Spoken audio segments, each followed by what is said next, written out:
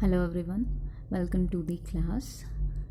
इस वीडियो में हम स्टडी करने वाले हैं एब्जॉर्बेंस के बारे में, जो क्या है एक प्रॉपर्टी है अमीनो एसिड्स की। इससे पहले हमने RS configuration, levodextro and capital L, capital D, ये सारी हमने और नॉमेनक्लेचर अल्फ़ा बीटा पढ़ लिया है। तो नेक्स्ट प्रॉपर्टी आ जाती है एब्जॉर्बेंस। एब्जॉर्बेंस क्या हुई, जब भी हम किसी भी हम बोलेंगे मॉलिक्यूल को या एटम को हम एनर्जी देते हैं तो वो एक ग्राउंड स्टेट छोड़ के एक्साइटेड स्टेट में जाता है। तो वो क्या करता है, उतने हम बोलेंगे गैप, जितना भी गैप होगा एनर्जी लेवल्स का, उतनी वो एनर्जी एब्जॉर्ब करेगा।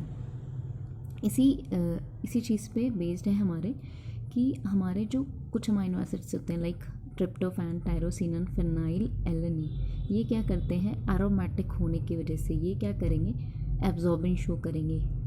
किस लाइट को ये एब्जॉर्ब करते हैं, बेसिकली यूवी लाइट को, जिसको हम किस में देखते हैं, यूवी स्पेक्ट्रोफोटोमीटर की हेल्प से देखते हैं। अब इनमें क्या है, एब्जॉर्बेंस वेरी करती है, डिफर है। जैसे ट्रिप्टोफैन की हमें सबसे ज़्यादा देखने को मिलेगी 280, उसके बाद टायरोसिन की अप्रॉक्स 274, उसके बाद फिनाइल एलानिन की 260। तो इनका ग्राफ कुछ इस तरह से आ जाता है कि फिनाइल एलानिन का हमारा सबसे नीचे आएगा और एब्जॉर्बेंस मिनिमम रहेगी अगर किसी प्रोटीन सैंपल में प्रेजेंट है तो। और एब्जॉर्बेंस हम देखेंगे तो हमारी टायरोसिन की कम आती है, उससे ज़्यादा आएगी फिनाइल से, बट कम आएगी ट्रिप्टोफैन से। ट्रिप्टोफैन की सबसे मैक्सिमम पीक आती है और एब्जॉर्बेंस भी 280 के अप्रॉक्स। तो इसका रीज़न क्या होता है कि जब हम एनर्जी देते हैं तो इसमें इस तरह से बॉन्डिंग, एंटी बॉन्डिंग हम बोलेंगे एनर्जी लेवल्स हैं। तो ये क्या करते हैं, जो भी हमारे एरोमेटिक्स होते हैं, एरोमेटिक कंपाउंड होते हैं, उनमें जो पाई इलेक्ट्रॉन होते हैं वो इन्वॉल्व होते हैं किसमें, पाई टू पाई डैश ट्रांजिशन हम बोलेंगे। पाई से जो हमारा ये pi star anti bonding orbital है, इसमें ट्रांजिशन के लिए। और वही चीज़ क्या रिस्पॉन्सिबल होती है, यूवी रेडिएशन के लिए, कि वो यूवी रेडिएशन एब्जॉर्ब करें। तो क्योंकि हमारे एरोमेटिक कंपाउंड में हमारे पाई ऑर्बिटल्स प्रेजेंट होंगे, एक स्ट्रक्चर देख लेते हैं उनका।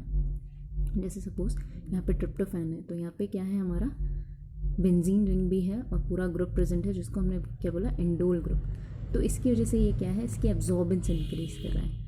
फिनाइल एलानिन का देखें हम तो यहाँ पे भी हमारी बेंजीन रिंग है, और टायरोसिन में देखें तो यहाँ पे भी बेंजीन रिंग है। तो तीनों में बेंजीन रिंग तो है, उसके साथ ही हमारा क्या है, टायरोसिन में अटैच है हम बोलेंगे electron donating group. Electron donating group हमेशा क्या करेगा, इंक्रीज़ करेगा। अब जब ये इंक्रीज़ करेगा लैम्डा मैक्स की वैल्यू, तो इनका क्या हो जाएगा, जितना ज़्यादा डीलोकलाइजेशन होगा इलेक्ट्रॉन का, उतना ज़्यादा क्या हो जाएगा, एनर्जी गैप कम हो जाएगा। ये जो एनर्जी गैप है ये कम हो जाएगा, और जैसे ही एनर्जी लेवल्स के बीच का गैप कम हो जाता है, हमारी लैम्डा मैक्स की वैल्यू इंक्रीज़ हो जाती है।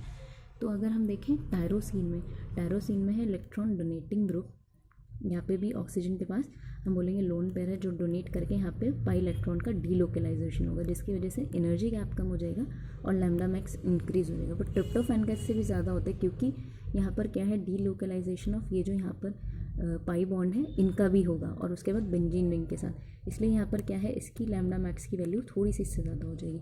दूसरी तरफ फिनाइल एलानिन में देखें तो कोई डोनेटिंग ग्रुप ऐसा सच नहीं है, तो उसमें डीलोकलाइजेशन सिर्फ इन्हीं का ही होना है, सिर्फ इसी वजह से सिर्फ बेंजीन के अंदर डीलोकलाइजेशन चल रहा है, इसलिए इसकी वैल्यू इन दोनों से कम होती है। तो इस तरह का हमें ग्राफ मिलता है, और मैक्सिमम ऑर्डर क्या होगा इसका, tryptophan, tyrosine and then phenylalanine, जो भी एनर्जी एब्जॉर्प्शन का होगा।